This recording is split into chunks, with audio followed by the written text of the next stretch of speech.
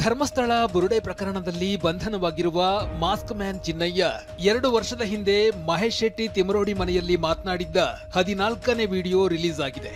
2012ರಲ್ಲಿ ಸೌಜನ್ಯ ಹತ್ಯೆ ಬಳಿಕ ಅಲ್ಲಿ ಹೆಣಗಳು ಬೀಳೋದು ಕಡಿಮೆ ಆಯ್ತು.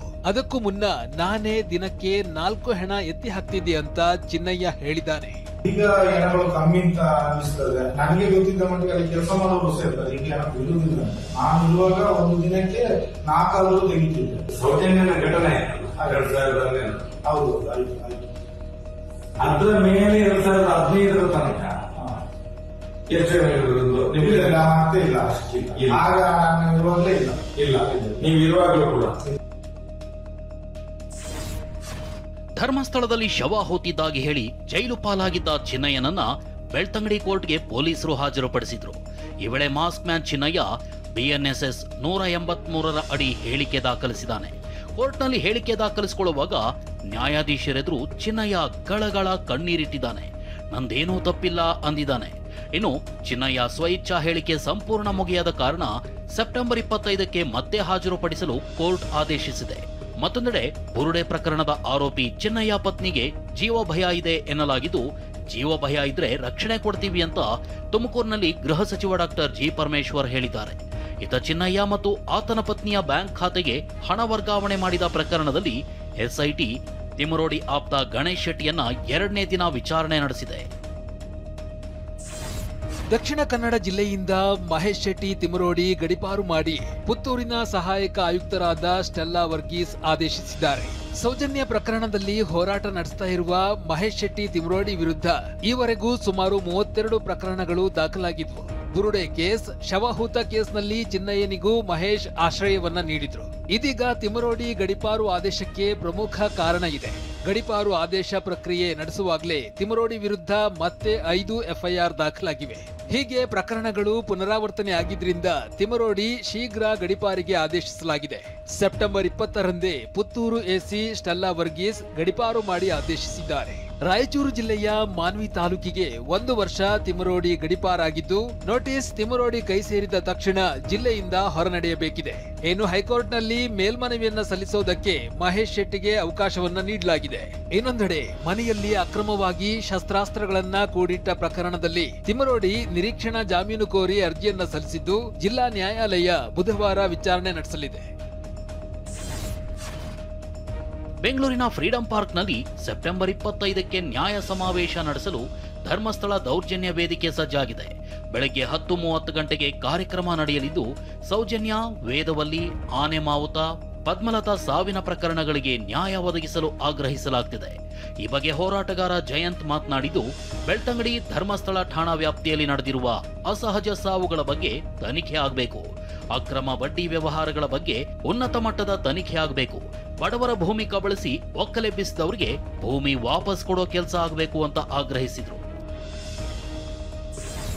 ಹೈಕೋರ್ಟ್ನಲ್ಲಿ ರಾಜ್ಯ ಸರ್ಕಾರದ ಸಾಮಾಜಿಕ, ಆರ್ಥಿಕ ಮತ್ತು ಶೈಕ್ಷಣಿಕ ಸಮೀಕ್ಷೆಯನ್ನ ಪ್ರಶ್ನಿಸಿದ್ದ ಅರ್ಜಿ ವಿಚಾರಣೆ ನಡೆಯಿತು. ಅರ್ಜಿದಾರರ ಪರ ವಕೀಲ ಪ್ರಭುಲಿಂಗ್ ಕೆ ನಾವದಗಿ ರಾಜ್ಯ ಸರ್ಕಾರಕ್ಕೆ ಹಿಂದುಳಿದ ವರ್ಗಗಳ ಸರ್ವೆ ನಡೆಸುವ ಅಧಿಕಾರವೇ ಇಲ್ಲ ಅಂತ ವಾದವನ್ನ ಮಾಡಿದ್ದಾರೆ.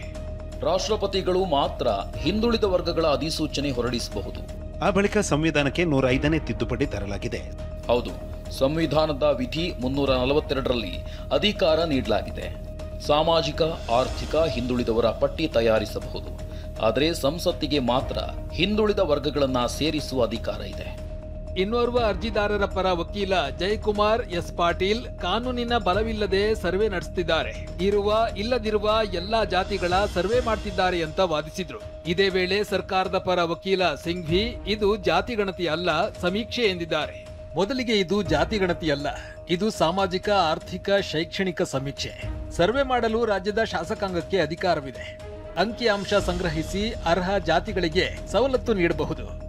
ಸಮೀಕ್ಷೆಗೆ ಆಧಾರ್ ಬಳಸಿಕೊಳ್ಳುವ ಅಧಿಕಾರವಿದೆಯೇ? ಸಮೀಕ್ಷೆ ವೇಳೆ ಸಂಗ್ರಹಿಸುವ ಅಂಕಿ ಅಂಶಕ್ಕೆ ರಕ್ಷಣೆ ಏನು? ಸರ್ಕಾರ ವಾಣಿಜ್ಯ ಉದ್ದೇಶಕ್ಕೆ ಅಂಕಿಅಂಶ ಬಳಸುವುದಿಲ್ಲ, ಬೇರೆಯವರಿಗೆ ಈ ಅಂಕಿಅಂಶ ನೀಡುವುದಿಲ್ಲ. ಹೀಗೆ ವಾದ ಪ್ರತಿವಾದವನ್ನ ಆಲಿಸಿದ ಹೈಕೋರ್ಟ್ ಪ್ರಕರಣದ ವಿಚಾರಣೆಯನ್ನ ಬುಧವಾರಕ್ಕೆ ಮುಂದೂಡಿದೆ. ರಾಜ್ಯಾದ್ಯಂತ ನಡೆಯುತ್ತಿರುವ ಸಮೀಕ್ಷೆಯಲ್ಲಿ ಇತರೆ ಧರ್ಮದ ಕಾಲಂನಲ್ಲಿ ನಮೂದಿಸಲು ಸಾಧ್ಯವಾಗ್ತಿಲ್ಲ.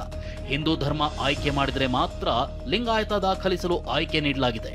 ಇತರೆ ಧರ್ಮ ಸೆಲೆಕ್ಟ್ ಮಾಡಿದ್ರೆ ಉಪಜಾತಿಯು ಡ್ರಾಪ್ ಡೌನ್ ಆಗ್ತಿಲ್ಲ. ವೀರಶೈವ ಮಹಾಸಭಾ ಇತರೆ ಧರ್ಮದ ಕಾಲಂನಲ್ಲಿ ನಮೂದು ಮಾಡುವಂತೆ ಕರೆ ಕೊಟ್ಟಿತ್ತು. ಆದರೆ ಈಗ ಇತರೆ ಧರ್ಮ ಆಯ್ಕೆಗೆ ಅವಕಾಶವೇ ಇಲ್ಲದಂತಾಗಿದೆ.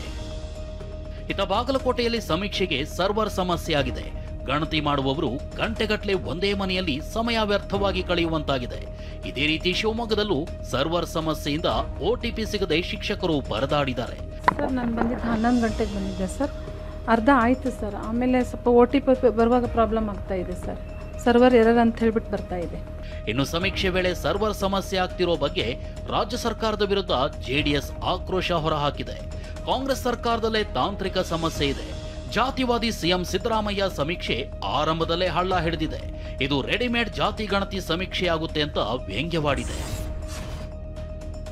ದಲಿತರ ಜಾತಿ ಪಟ್ಟಿಯನ್ನ ಕ್ರಿಶ್ಚಿಯನ್ ಧರ್ಮಕ್ಕೆ ಟ್ಯಾಗ್ ಮಾಡಲಾಗಿದೆ ಅಂತ ಬಿಜೆಪಿ ನಿಯೋಗ ಹಿಂದುಳಿದ ವರ್ಗಗಳ ಆಯೋಗದ ಅಧ್ಯಕ್ಷರನ್ನು ತರಾಟೆಗೆ ತೆಗೆದುಕೊಂಡಿದೆ.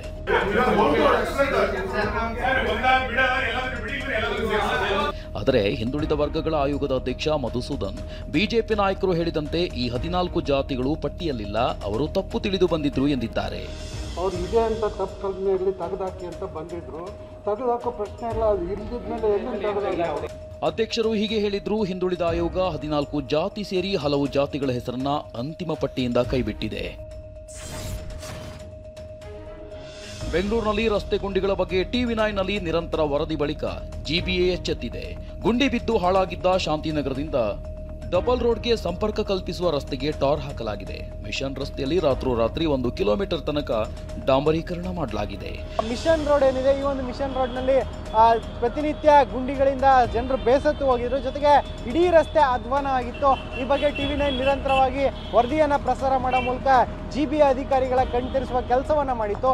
ಈಗ ರಾತ್ರೋರಾತ್ರಿ ಇಡೀ ರಸ್ತೆಗೆ ಡಾಂಬರನ್ನು ಹಾಕಿರುವಂತದ್ದು. ಇನ್ನು DCM DK GBAನವರು ನಿತ್ಯ 1000 ಗುಂಡಿಗಳನ್ನ ಮುಚ್ಚುತ್ತಿದ್ದಾರೆ ಎಂದಿದ್ದಾರೆ. ಜೊತೆಗೆ ಬೆಂಗಳೂರಿನಲ್ಲಿ ಮಾತ್ರ ಗುಂಡಿಗಳಿದ್ಯಾ, ದೆಹಲಿಯಲ್ಲಿ ಪ್ರಧಾನಮಂತ್ರಿ ನಿವಾಸದ ರಸ್ತೆಯಲ್ಲಿ ಎಷ್ಟು ಗುಂಡಿ ಇದೆ ಅಂತ ನೋಡಬೇಕು ಎಂದಿದ್ದಾರೆ.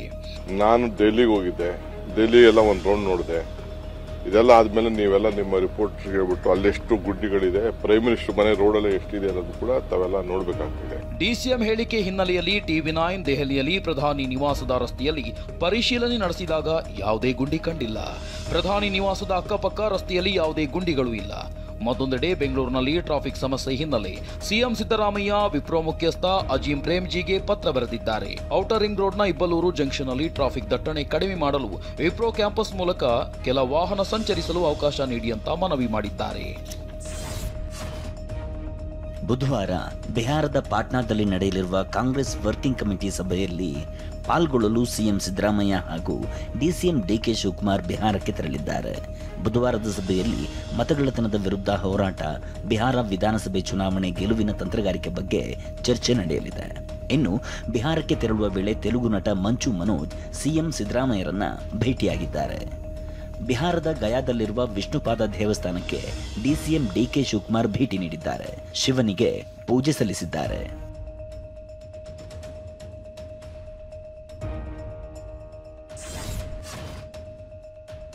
ಖ್ವಾಜಾ ಅಲಿಯಾಸ್ ಮುಕಳೆಪ್ಪ ವಿರುದ್ಧ ಲವ್ ಜಿಹಾದ್ ಆರೋಪ ಸಂಬಂಧ ಪತ್ನಿ ಗಾಯತ್ರಿ ಧಾರವಾಡ ಜಿಲ್ಲಾ 1ನೇ ಹೆಚ್ಚುವರಿ JMFC ಕೋರ್ಟ್ಗೆ ಹಾಜರಾಗಿದ್ರು.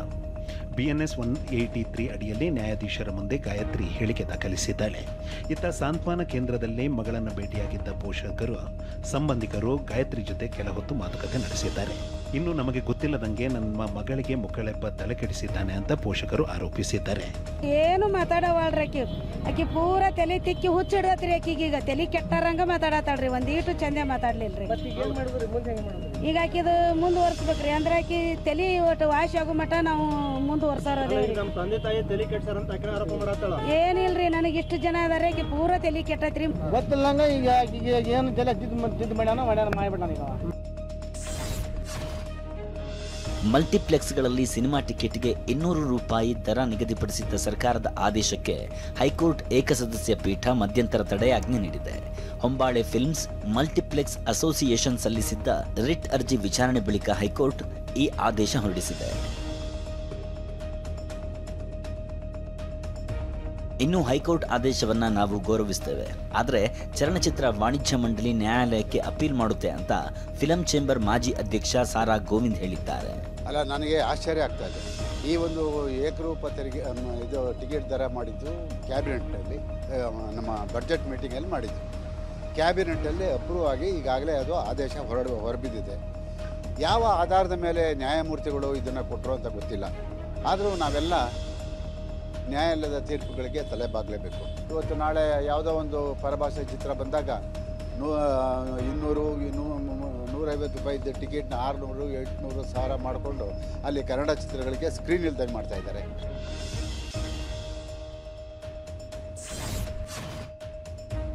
ರಾಕಿಂಗ್ ಸ್ಟಾರ್ ಯಶ್ ತಾಯಿ ಪುಷ್ಪ ನಿರ್ಮಾಣದ ಕೊತ್ತಲವಾಡಿ ಸಿನಿಮಾ ನಿರ್ದೇಶಕ ಶ್ರೀರಾಜ್, PRO ಹರೀಶ್ ಅರಸು ಹಾಗೂ ನಿತಿನ್ ವಿರುದ್ಧ ತಲಗಟ್ಟ ಪೊಲೀಸ್ ಠಾಣೆಯಲ್ಲಿ ದೂರು ನೀಡಿದ್ದಾರೆ.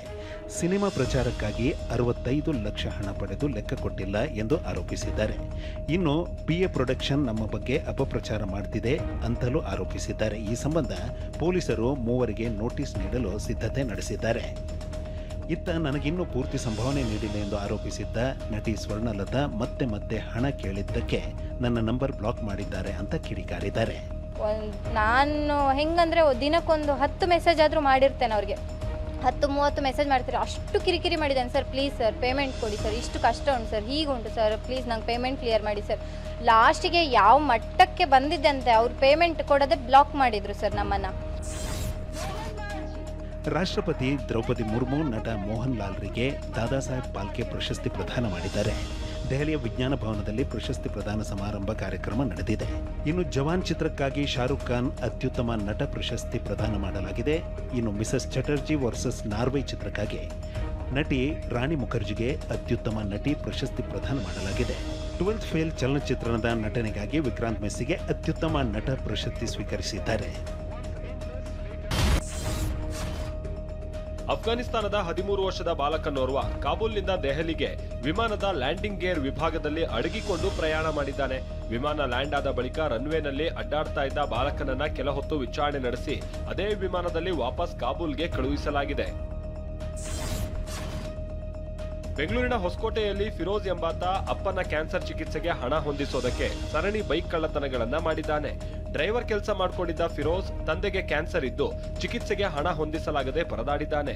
ಕೊನೆಗೆ ಬೈಕ್ಗಳನ್ನ ಕದ್ದು ಮಾರಿ ಹಣ ಮಾಡೋದಕ್ಕೆ ಮುಂದಾಗಿದ್ದಾನೆ.